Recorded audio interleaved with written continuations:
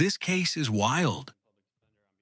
We've got a defendant who refuses to even acknowledge her legal name, refers to herself as a principal and card holder, and openly challenges the court's authority from the jump. And it only gets messier. The judge threatens jail. The lawyer raises concerns about mental competency. And the defendant? She's demanding dismissals, denying the charges, and delivering a speech straight out of sovereign citizen TikTok. But is this a legal strategy, a misunderstanding, or something much deeper? Stick around, because what happens next might just leave you speechless. Overwater Assistant Public Defender on behalf of Ms. Lathan. Ma'am, would you state your name for the record, please? I'm not Ms. Lathan, I'm principal. I am J. Ruth Bay, cardholder and principal of Jade Lathan. Your Honor, I did attempt. Mr. Overwater, while she's given that, is this the person that you know to be the individual named in the complaint? If not, we are going to have a problem, and I will have this person, since she got up here, taken into custody. We will do fingerprints, and we will. This right here is a crucial moment. The judge isn't playing games. When a defendant refuses to confirm identity, that's not just a quirk, it's a legal roadblock. If identity can't be confirmed, courts are empowered to order fingerprints and custody until clarity is reached. And when the defendant claims she's a principal and not Miss Lean, we're suddenly dealing with what sounds like a sovereign citizen ideology.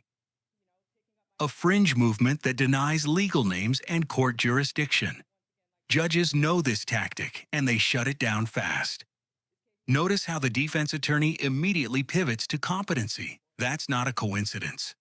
Determine her identity by our standards. So we can do it one of two ways. Judge, I don't question that she is physically the person that is alleged to have committed these offenses. What I do believe is that there is an issue as to competency. For the record, I do not know this man, and I did send him a cease and desist to not represent me. However, thank you, Your Honor. I am the principal and card holder of Jade, Ruth, and Lathan, and beneficiary. Very well. Mr. Overwater, you are on this case, so what do you wish? Judge, I believe that at this point, the issue of competency needs to be raised. So I would ask for a competency evaluation, this matter be set over for a competency hearing. I'm not Pursuant to asking the for statute. anything, and that's, I mean, from the horse's mouth. I'll need an order. I did turn in my statement of fact so that there's more than the police record on the record. I have not harmed anyone, and the cameras will reflect that if we are to go that far. But I would like to motion to settle. I don't know what that means. Well, I want to settle because I'm the card holder in X relation to the principal, and I do not want to be I have mistaken. no idea what you're talking about. Okay, I yield. Thank you. Forensic evaluation is ordered. I'll order a competency hearing. I'll set that competency hearing for June 6th at 9 a.m. June 6, 2024, 9 a.m. 2020. At this time, bond will continue. Mr. Overwater, prepare the order, please. I will do that, Your Honor. Thank you. Thank you. Thank you, Your Honor. Court calls the case, People versus Jade Lathan. Mr. Canapa for the people. Kenneth Overwater, Assistant Public Defender on behalf of Ms. Lathan, who's approaching. Ms. Lathan, would you state your name for the record, please? J. Ruth Bay, beneficiary of the principal. Your Honor, I have spoken with Ms. Lathan several times. We've reviewed some of the discovery. We are looking into some potential resolutions. I'd ask to adjourn the probable cause conference. I would ask for more than 2 weeks. August 29th, 2024, 9 a.m. Bond continued. Yeah. Thank you, Your Honor. I'm J. Ruth Bay, the nationality of Moorish American, beneficiary of the Principal Jade Lathan, and I'm making this special appearance at District 15, Michigan Court of Law under threat, duress, and coercion. I'm asking the prosecutor to dismiss this case on the grounds that there is no injured party. Plus, I have the right to a speedy trial, and this is the 5th time I've made an appearance for this in the case in the court of law since February 2024 for the arraignment. Since the arraignment, when the Ann Arbor Police Department apprehended me unlawfully and kidnapped me, forcing me to take fingerprinting and a mugshot when I am not a criminal. Officers Morgan Parker 15400 and AA Condolis 02002 claimed I fit a so-called description and also violently attacked me and produced a false police report against my person. These officers falsely accused me of committing crimes that the tapes do not show me doing at all.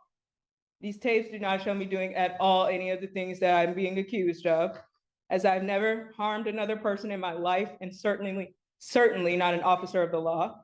I disturbed the peace, and I have on file with public defender Kenneth Overwater right here to my left, a character letter from my former teacher proving that I've always been a well-behaved student, and have always gotten good grades and have no history of foul play or violence, which is still true to this day. My legal representation on the day of the arraignment on February 2024, who helped grant me my freedom on bond, has already stated on the record that I have no history of violent offenses, which is the truth. And I assume why I was granted my freedom from police custody. I would lastly like to say that on March 11, 2024, I was denied 2 main sources of evidence for my case via my personal FOIA request that would have easily shown my innocence. These 2 things are the mobile gas station cameras, and that will show the young boy already on the phone when I walked into the gas station. But either way, I was not at all acting out of the ordinary or belligerent. I was nothing but kind to everyone in that store. And I'm nothing but peaceful, and I'm saddened that I have been accused of behaviors that are not true. And I would like to— Wow, that's not just a defense. That's a passionate, emotional monologue. She brings up school, church, community service, and even claims of false arrest and denied evidence. And let's be honest, her tone is sincere, but sincerity alone doesn't meet legal thresholds. The court cares about procedure, not emotion. No injured party? That's a sovereign citizen argument. Claiming the case is in default because it's dragged on? That's not how case law works. And yet you can't help but feel something here. A mix of desperation, pride, and protest. It's not just a case. For her, it's a personal mission. claim that I'm a victim of a false 911 police call when I had no idea I only know that because of the police report that I got after the fact. I humbly ask both the prosecutor and the judge that this case be dismissed because I have school and I have church to attend, and my college studies have already began on August 26th at the community college. And I'm asking you to grant me my justice from this, taking up my time, because my time is very valuable to my community and I would once again like to motion to settle this case for full dismissal in a speedy manner, because this case has already been in default judgment since the date of March 7, 2024, and I yield. All right, so that we know that the review of the court's file, I've heard everything that the defendant has said. Court's review of the file, that none of the requests to adjourn were at the request of the people. It was always at the request of the defense in terms of any delay in these proceedings. Secondly, I do not need a response from the people. If I consider that a motion to dismiss, that motion to dismiss is denied. Where do we need to go now, Mr. Overwater? Just be asking for an adjournment of the probable cause conference. Any objection from the people? No, Your Honor, I have offered a misdemeanor offer of 1 count of attempt resisting obstructing the police. I'll leave that offer open to the next CCC. September 19th, 2024, 9 a.m. In this matter, thank you. And there you have it. A courtroom clash that's part legal battle, part identity crisis. The judge denies the motion to dismiss. The prosecutor sticks to the charge, obstructing the police. And the defense keeps asking for time.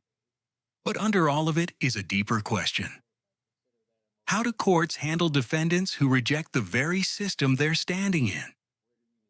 Whether you see this as a powerful protest or courtroom chaos, one thing's clear: this case is far from over. If you found this case as shocking as we did, make sure to hit that like button, share your thoughts in the comments, and don't forget to subscribe for more jaw-dropping courtroom breakdowns.